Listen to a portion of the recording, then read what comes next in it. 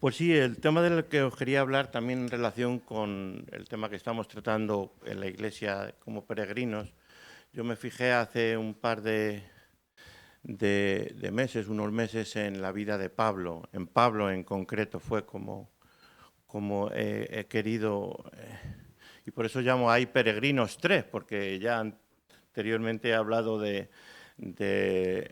Pablo, del apóstol Pablo, en relación a este tema como peregrinos, que nos lo hemos puesto por delante este año. Esta es la tercera vez que hablo de él. Y en concreto del tema que quiero hablar, es un tema que también es bastante recurrente en todas sus epístolas, es reiterativo, así como los dos primeros también, el cual quiero hacer un breve resumen de 1 minuto de las 2 veces que he hablado de él. En esta tercera vez quiero hablaros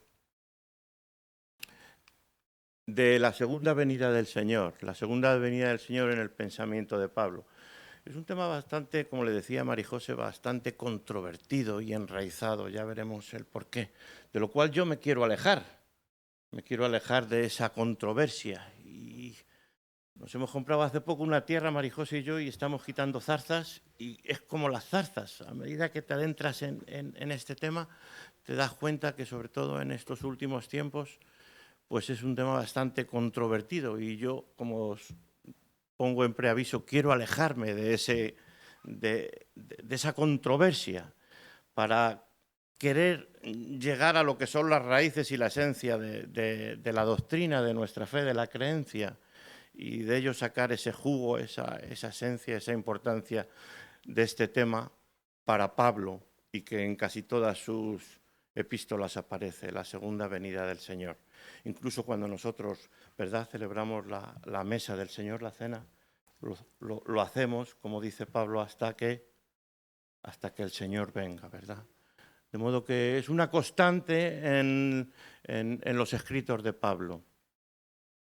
Bueno, y yo me preguntaba desde el principio en esta serie de exposiciones sobre Pablo, ¿qué es el camino?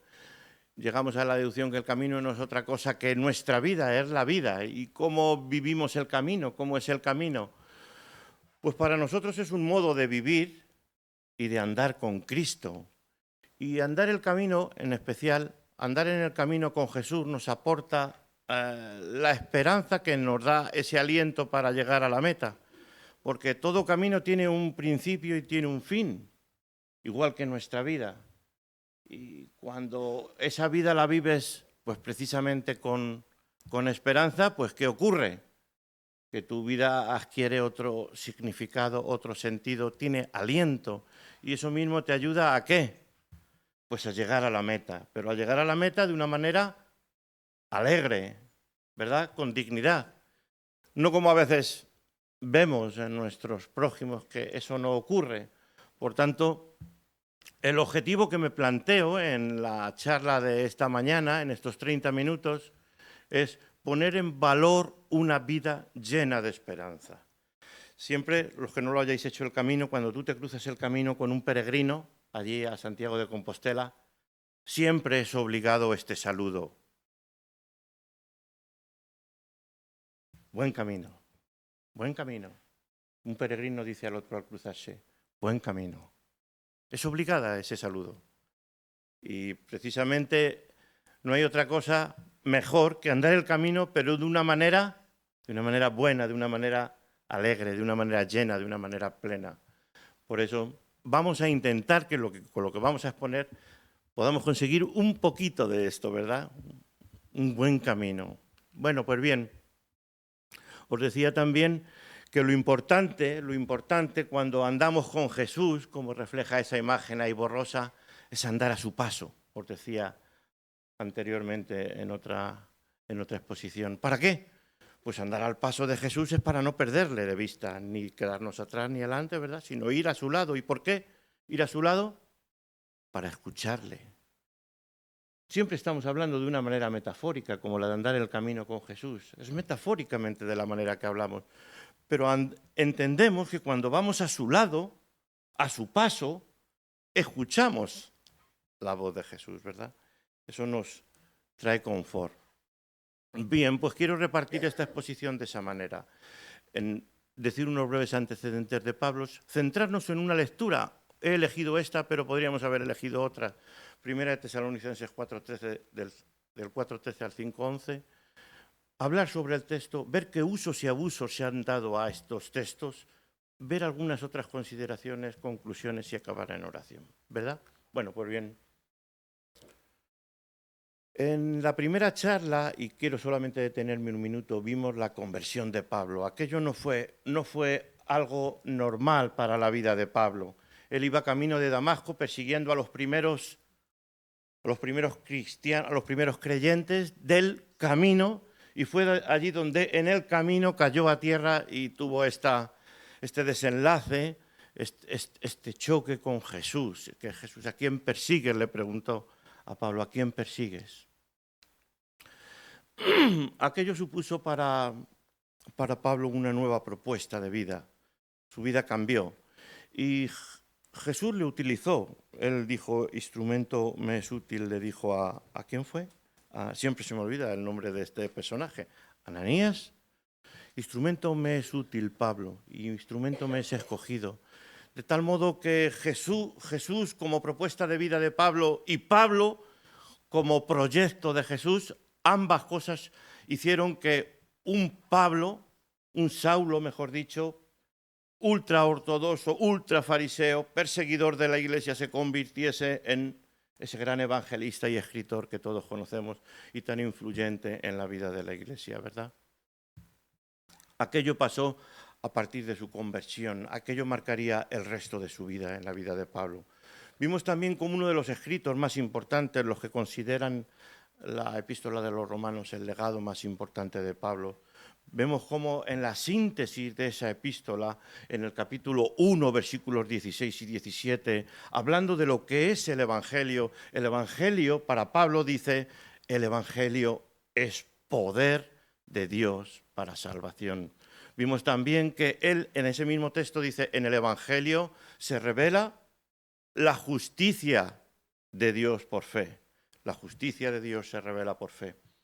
Veíamos, considerando y queriendo entender qué estaba diciendo en esta frase tan importante Pablo, en ese texto que hacía una síntesis de esa obra cumbre de Pablo, que es Romanos, la epístola de los Romanos. ¿A quién apuntaba? Porque una de las inquietudes de Pablo era la justicia. Él, con su trasfondo judío, toda su preocupación por el cumplimiento de la ley era la justicia. ¿Cómo hallar justicia delante de Dios? ¿Era por el cumplimiento de la ley? ¿Era por cumplir las obras de la ley? ¿Los mandamientos? ¿Aquellos 600 y pico preceptos que todo judío debía de cumplir? No. Él entendió que en el Evangelio se revelaba la justicia de Dios por fe y era el Evangelio mismo poder de Dios para salvación, pero ambas cosas no apuntaban a otra persona sino a Jesús. Justificados pues por la fe, somos justificados en Cristo. Era Cristo el poder de salvación que entendió Pablo en aquella epístola de los Romanos. Era Cristo la justicia de Dios para todo hombre que en él creyese. ¿Verdad? Con este legado tan importante vemos en Pablo que al poco, y ya pasamos a lo que nos ocupa en esta mañana, él escribió uno de sus primeros textos, Primera de Tesalonicenses. Este es el texto más antiguo de la era cristiana, según dicen todos los especialistas. Alrededor del año 51, no habrían pasado 20 años desde la muerte de Cristo. Algunos podéis ver en Hechos 17, como allí aparece cuando Pablo... sí, se me seca la... Y he traído por ahí un vaso, pero... Como hay un procónsul allí en Corinto, en Tesalónica, ahora mismo he perdido el texto de mi mente, Hechos 17, pero ya aparece un procónsul que es fácil datar cuando Pablo estaba allí y desde allí escribió a Tesalónica, y los expertos dicen que esto ocurriría sobre el año 51. Fijaros que estamos hablando apenas de 20 años. Cualquiera de nosotros, los mayores, podríamos describir muy bien lo que ocurrió en nuestras vidas hace 20 años. No habían pasado 20 años. Por supuesto que cuando nosotros ordenamos nuestras Biblias vemos al principio los evangelios, pero no son los evangelios los más antiguos, es este escrito. Y quiero centrarme en este escrito porque este escrito precisamente es el que trata más profundamente o más detalladamente sobre este tema, la segunda venida. La estancia de Pablo en Tesalónica se narra, como comento ahí, en Hechos 17, y la carta responde a una inquietud principal sobre la inminente venida del Señor. Los tesalonicenses resulta que se estaban muriendo, pero habían tenido una promesa de Pablo en el Evangelio de que el Señor Jesús venía y venía pronto. Y por eso habían dejado, dice en Tesalonicenses 1, dice que habían dejado sus ídolos y se habían convertido al Señor con la esperanza de que el Señor les libraría de la ira venidera y sería pronto. Pero ocurría que empezaban a morir de entre ellos, y entre ellos eso les causaba inquietud. Pero bueno, Pablo, ¿cómo esto nos ocurre? Algunos de nosotros se están muriendo. ¿Qué va a ocurrir con ellos, con lo que tú nos has prometido a nosotros? Bien, ahí es donde vamos a entroncar con este texto, el de Primera de Tesalonicenses 4, del 13, del 5 al 11. Y esa es la lectura que vamos a hacer, que yo lo he dividido ahí en 4 diapositivas. Si tenéis vuestras Biblias, las abrimos y leemos este texto, del 4, 13 al 5, 11. Con estos antecedentes podemos leer y les dice Pablo a los tesalonicenses: tampoco queremos, hermanos, que ignoréis acerca de los que duermen, para que no os entristezcáis como los otros que no tienen esperanza. Porque si creemos que Jesús murió y resucitó, así también traerá Dios con Jesús a los que durmieron en él. Por lo cual os decimos esto en palabra del Señor, que nosotros que vivimos, que habremos quedado hasta la venida del Señor, no procederemos a los que durmieron. Porque el Señor mismo, con voz de mando, con voz de arcángel y con trompeta de Dios, descenderá del cielo, y los muertos en Cristo resucitarán primero. Luego nosotros, los que vivimos, los que hayamos quedado, seremos arrebatados juntamente con ellos en las nubes para recibir al Señor en el aire. Y así estaremos siempre con el Señor. Por tanto, alentaos los unos a los otros con estas palabras. Pero acerca de los tiempos y de las ocasiones, no tenéis necesidad, hermanos, de que yo os escriba, porque vosotros sabéis perfectamente que el día del Señor vendrá así como ladrón en la noche, que cuando digan paz y seguridad, entonces vendrá sobre ellos destrucción repentina, como dolores a la mujer encinta, y no escaparán. Mas vosotros, hermanos, no estáis en tinieblas para que aquel día os sorprenda como ladrón, porque todos vosotros sois hijos de luz e hijos del día. No somos de la noche ni de las tinieblas. Por tanto, no durmamos como los demás, sino velemos y seamos sobrios. Pues los que duermen, de noche duermen, y los que se embriagan, de noche se embriagan. Pero nosotros que somos del día, seamos sobrios, habiéndonos vestido con la coraza de fe y de amor, y con la esperanza de salvación como yelmo. Porque no nos ha puesto Dios para ira, sino para alcanzar salvación por medio de nuestro Señor Jesucristo, quien murió por nosotros, para que ya sea que velemos o que durmamos, vivamos juntamente con Él. Por lo cual, animaos unos a otros y edificaos unos a otros, así como lo hacéis. Amén. Está ahí el texto. Bueno, bien, como veis, es un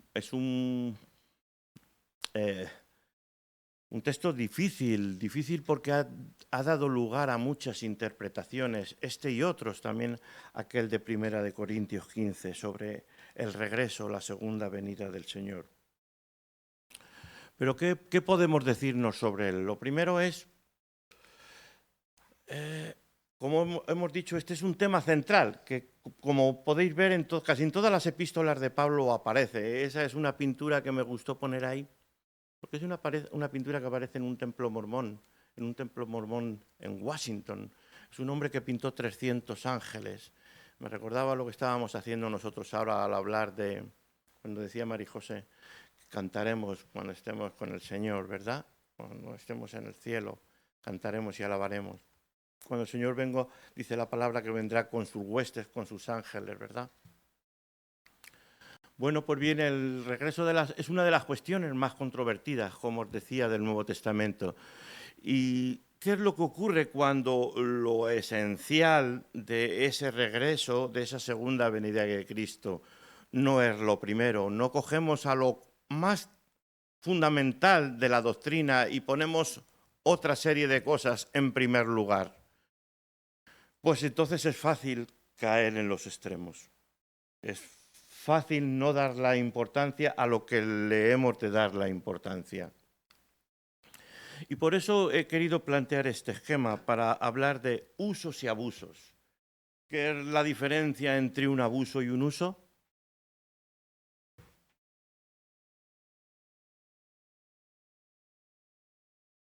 Pues bien, no es otra cosa que la intensidad, nada más. Usamos algo y hasta cierto punto es bueno. Pero si lo usamos más allá, pues deja de ser bueno. Ocurre con casi todo. Con las medicinas, con el alcohol, con la droga incluso. Con casi todas las cosas, con la comida.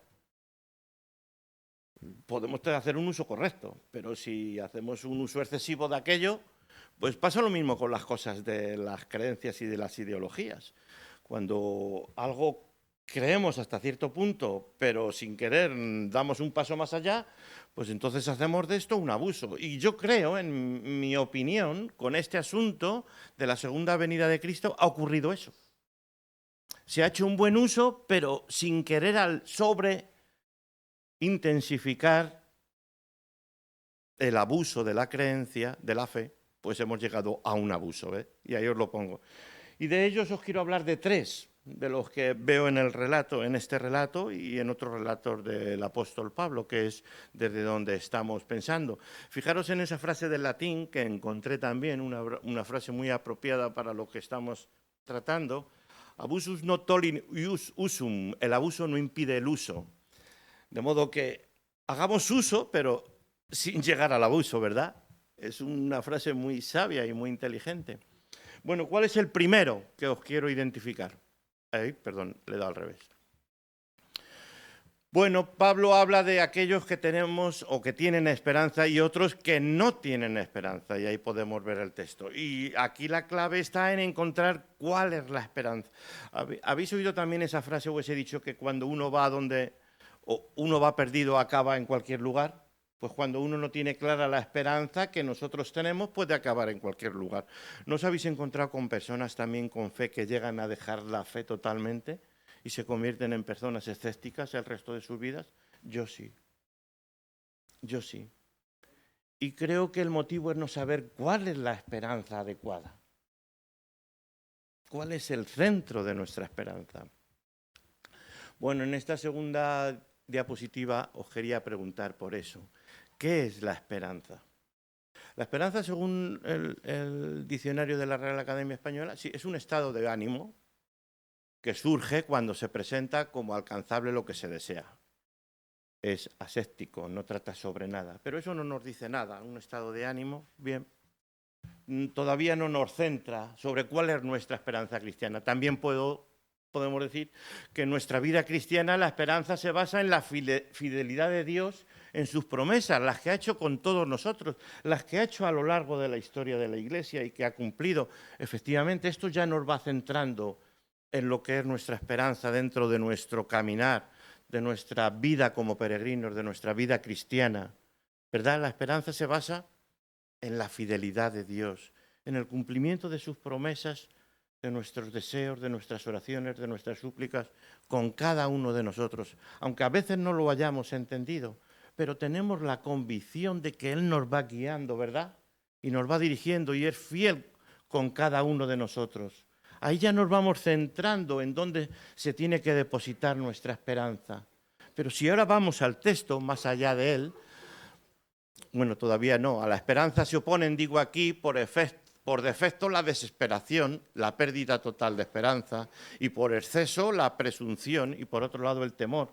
Cuando no tenemos esperanza tenemos temor. O cuando tenemos excesiva esperanza en que algo ocurra, pues es presunción, ¿verdad? Pero ¿cuál es nuestra esperanza? ¿Cuál es nuestra esperanza? En este texto lo dice, lo declara Pablo, 1 Tesalonicenses 5:15. ¿5? ¿He puesto 15? Pues me he confundido porque no es el 15, es el 10. Dice, quien murió por nosotros para que ya sea que velemos o que durmamos, vivamos junto a Él. Vivamos juntamente con Él. Hay otro texto y me voy a apoyar en él, Juan 14, ¿verdad? Que todos conocemos. Juan 14. Yo soy el camino, la verdad y la vida. Siempre nombramos ese Juan 14, 6, ¿verdad? Pero fijaros los primeros versículos antes que esos. No se turbe vuestro corazón. No tenga miedo lo que acabamos de decir. No se turbe vuestro corazón. ¿Creéis en Dios? Creed también en mí. En casa de mi Padre muchas moradas hay. Si así no fuera, yo os lo hubiera dicho. Voy pues a preparar lugar para vosotros. Y si me fuere y os prepararé lugar, vendré otra vez y os tomaré a mí mismo, para que donde yo estoy, vosotros también estéis. Amén. Vosotros también estéis. Y sabéis a dónde voy. Y sabéis el camino. Y sabéis el camino. Le dijo Tomás, Señor, no sabemos a dónde vas. ¿Cómo pues podemos saber el camino? Y Jesús les dijo, yo soy el camino y la verdad y la vida, y nadie viene al Padre sino por mí. ¿Verdad que es un texto maravilloso al respecto de lo que estamos hablando? Nuestra esperanza es estar con Jesús, amén. Nuestra esperanza es estar con Él. Si no tenemos esto meridianamente claro, podemos acabar en cualquier lugar o desesperados. Pero fijaros, lo tremendo para Pablo es que alguien me puede decir, pero Javier, estar con Jesús es para la venida. Estamos con Jesús. Ya estamos con Jesús. Es el ya, pero todavía no, que en teología se dice. Ya podemos disfrutar de aquello. Estoy con vosotros todos los días hasta el fin del mundo. Ciertamente en la plenitud será en ese momento, en su segunda venida. Pero desde ya y ahora mismo disfrutamos de estar con Jesús.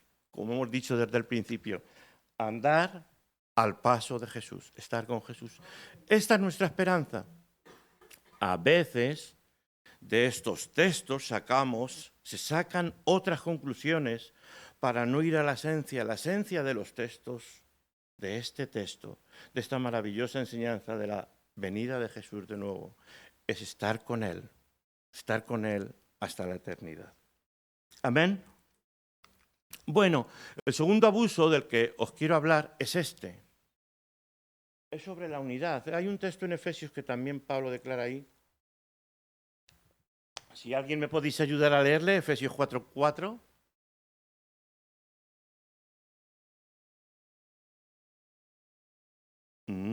¿Le tenéis? Ya le tengo yo. Yo pues preso en el Señor os ruego que andéis como es digno de la vocación con que fuisteis llamados, leo en el 1, con toda humildad y mansedumbre, soportándoos con paciencia los unos a los otros en amor, solícitos en guardar la unidad del Espíritu en el vínculo de la paz. Este es el texto. Un cuerpo y un espíritu, como fuisteis también llamados en una misma esperanza de vuestra vocación. Una misma esperanza. Un Señor, un cuerpo, una misma esperanza. ¿Os habéis preguntado este tema por lo que os estaba diciendo, la controversia en los últimos siglos, podríamos decir, 19 y 20? A todas las posturas que ha dado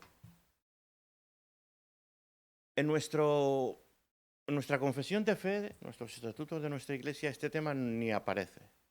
Y en muchas confesiones de fe de antaño, tradicionales, tampoco aparece este tema.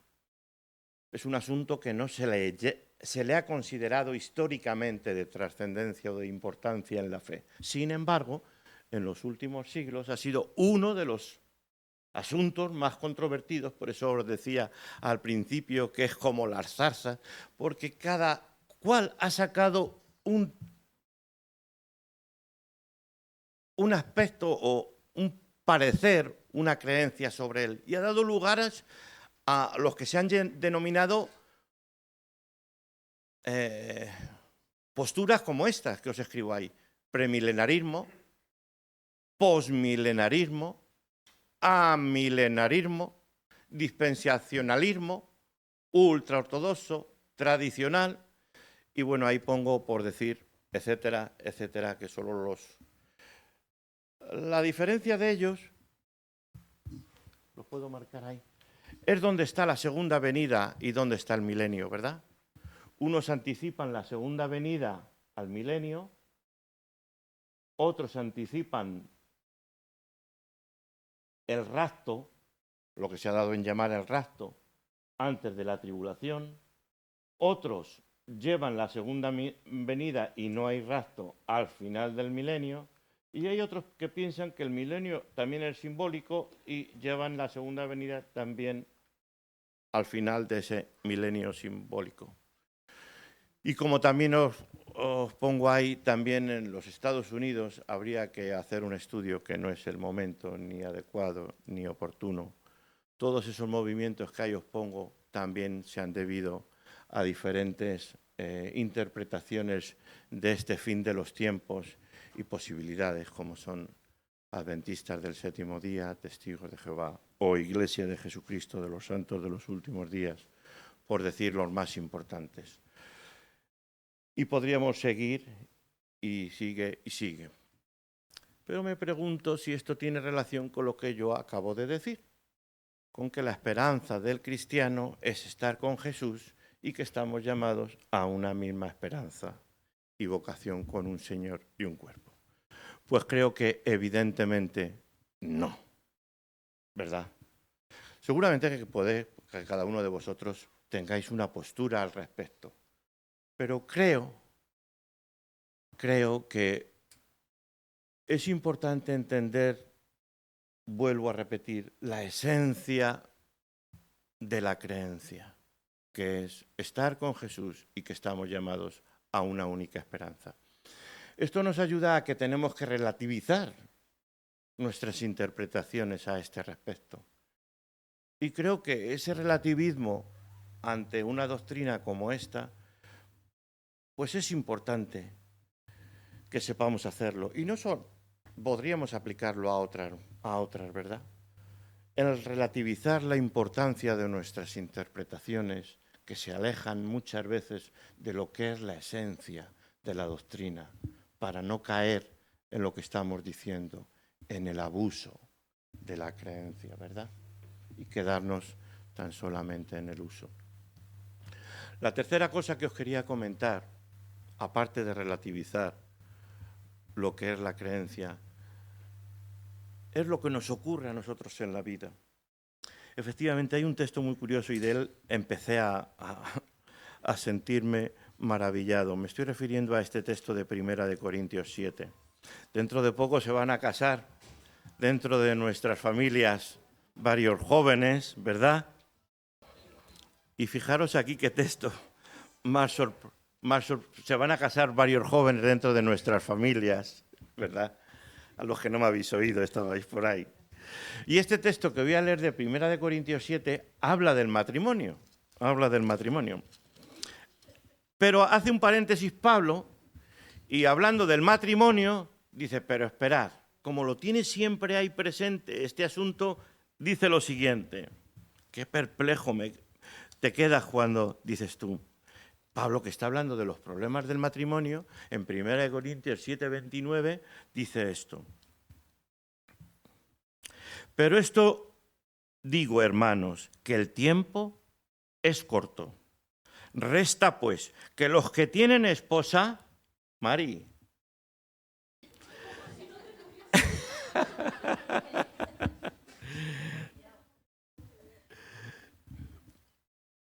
luego no me dejas, ¿eh? Sigo con el texto que me desoriento.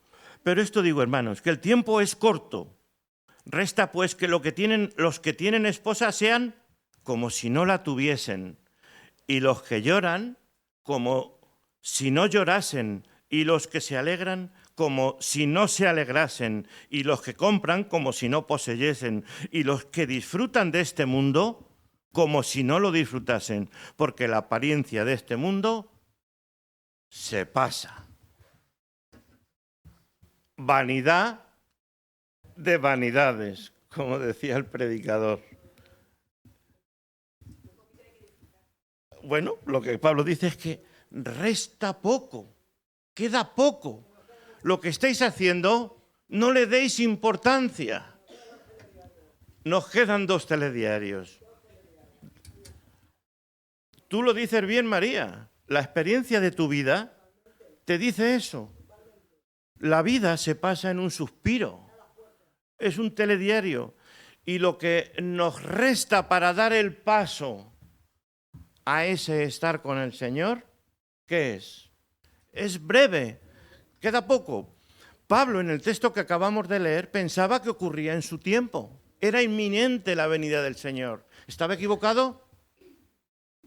Aquí también estaba equivocado, resta poco. Sí, estaba confundido. Estaba confundido Pablo, que no deja de ser inspirado. No me entendáis mal. Que no deja de ser inspirado. Pero estaba confundido. Su expectativa era inminente, el tiempo era corto. Se lo había dicho a todos, a tesalonicenses, a Corintios, se lo había dicho a todo el mundo, a toda la iglesia. El tiempo es poco. Aquellos que quedemos seremos transformados. Esa era su expectativa, la del Señor. Estaba no tocado por la mano del Señor. Ese error, no. El Señor, como sabemos, escribe muchas veces con renglones torcidos, ¿verdad? Y esta es otra muestra de ello. A veces no entendemos las cosas que ocurren en nuestras vidas y decimos, pero el Señor sabe. Y esta expectativa de que el tiempo es corto, de que el Señor está a las puertas, y si no es que el Señor está a las puertas, tu vida está a las puertas y tu vida es breve, es un consejo muy sabio. Pero el error, y también se lo advierte a los tesalonicenses, Pablo, pero no dejéis de trabajar. Trabajad, ganaros. El que quiera comer, que trabaje. Esperamos al Señor, bien, pero tengamos una vida digna. Seamos de testimonio a los demás, ¿verdad? Hagamos las cosas con seriedad y sensatez. No vayamos a despreocuparnos de las cosas de este mundo, que dejemos todo. A algo también bastante corriente en aquellos que ven esa expectativa como inminente. Muchos de esos grupos de los que os he comentado vendían todo en la anterior diapositiva, porque estaban convencidos de que el Señor venía en sus días y dejaban todo, y era una despreocupación total por lo que ocurría a su alrededor y por lo que ocurría en el mundo. Error. Debemos de ser testimonios con nuestras vidas dignas. Podemos tener esa expectativa, pero tenla para ti. A tu prójimo, dale testimonio. Dice en Tesalonicenses también el texto, y os encargábamos que anduvieseis como es digno de Dios, que os llamó a su reino y gloria. Bien, relativizar los asuntos de la vida no nos puede conducir a despreocuparnos de lo que ocurre a nuestro alrededor. No nos puede llevar a ese abuso. Bien, pero esto digo, hermanos, que el tiempo es corto, ya lo he leído, resta pues que los que tienen esposa sean como si no la tuviesen, etcétera. Porque oímos que algunos de vosotros andan desordenadamente, no trabajando en nada, sino entremetiéndose en lo ajeno. A tal mandamos y exhortamos por nuestro Señor Jesucristo que trabajando sosegadamente coman su propio pan. Lógicamente, ¿verdad? Amén. Bueno, otras consideraciones. La venida del Señor acontece, como he comentado ya, en nuestras vidas cuando llega nuestra hora. A todos nos llega un momento, tenemos un principio y un final en la vida, unos antes, otros después. En cualquier caso, Pablo tenía muy claro esto y esta es una esperanza que también hemos de conservar como algo esencial en nuestras vidas, teniendo deseo de partir y estar con Cristo, lo cual es muchísimo mejor. Es decir, Pablo tenía meridianamente claro también esta situación, o estaba aquí o si partía era para estar con Cristo de una manera llena, la cual era mejor. Y ese otro texto también a los Corintios dice, así que vivimos confiados siempre y sabiendo que entre tanto que estamos en el cuerpo, estamos ausentes del Señor, relativamente, ¿verdad? Podríamos decirle a Pablo, nos has dicho otras cosas. Y más quisiéramos estar ausentes del cuerpo y presentes al Señor. De modo que Pablo, podríamos decir que entendía estos dos aspectos, la llegada del Señor, pero él de todos los modos sabía que o estar en el cuerpo o estar fuera de él era para estar también con él, lo cual era enteramente gratificante y esperanzador, que es de lo que estamos hablando. ¿Cuál es la reflexión y actualización? Y ya estoy llegando al final de todo esto. ¿Qué podemos decir tú y yo como iglesia? ¿Qué podemos pensar en relación a esto que hemos oído, a esto que habéis oído? Bueno, ¿a dónde nos lleva todo esto o en qué nos ayuda en nuestro peregrinar, en tu peregrinar, en tu vida cristiana?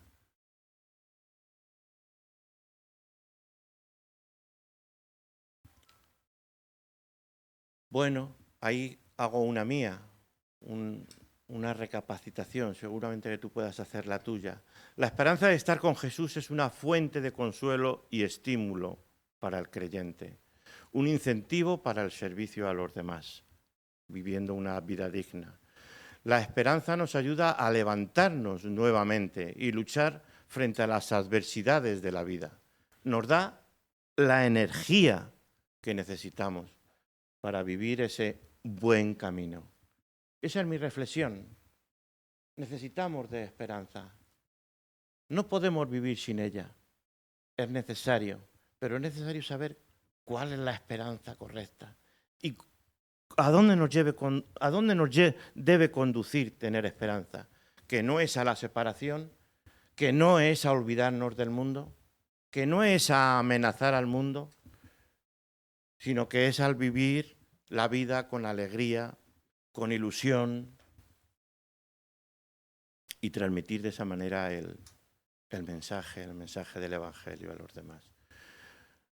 He visto en Pablo eso y creo que esas son las cosas importantes. Por eso os hago estas tres conclusiones. Nuestra esperanza es estar con Jesús, donde esté Él, allí estar nosotros también. La esperanza es uno, como uno es el cuerpo y uno es el Señor. Y la esperanza nos ayuda a vivir nuestro peregrinaje con dignidad y agrado a Dios. ¿Verdad? Amén. Terminamos en oración, pero en una oración que también podríamos decir una confesión de fe. Aramea, Maranata, Cristo viene. Amén, Cristo viene. Tengamos eso presente en nuestros corazones.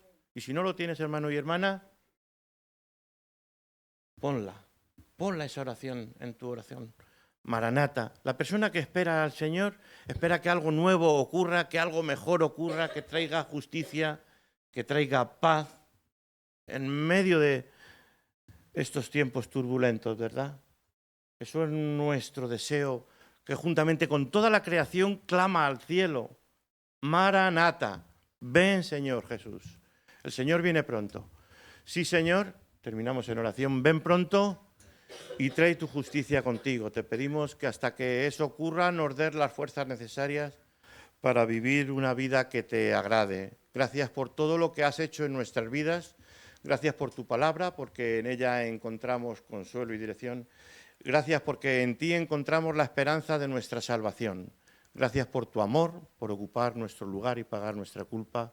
Ayúdanos a transmitir con nuestras vidas el gozo, la alegría y la esperanza de tu Evangelio. Te lo pedimos en tu nombre. Amén.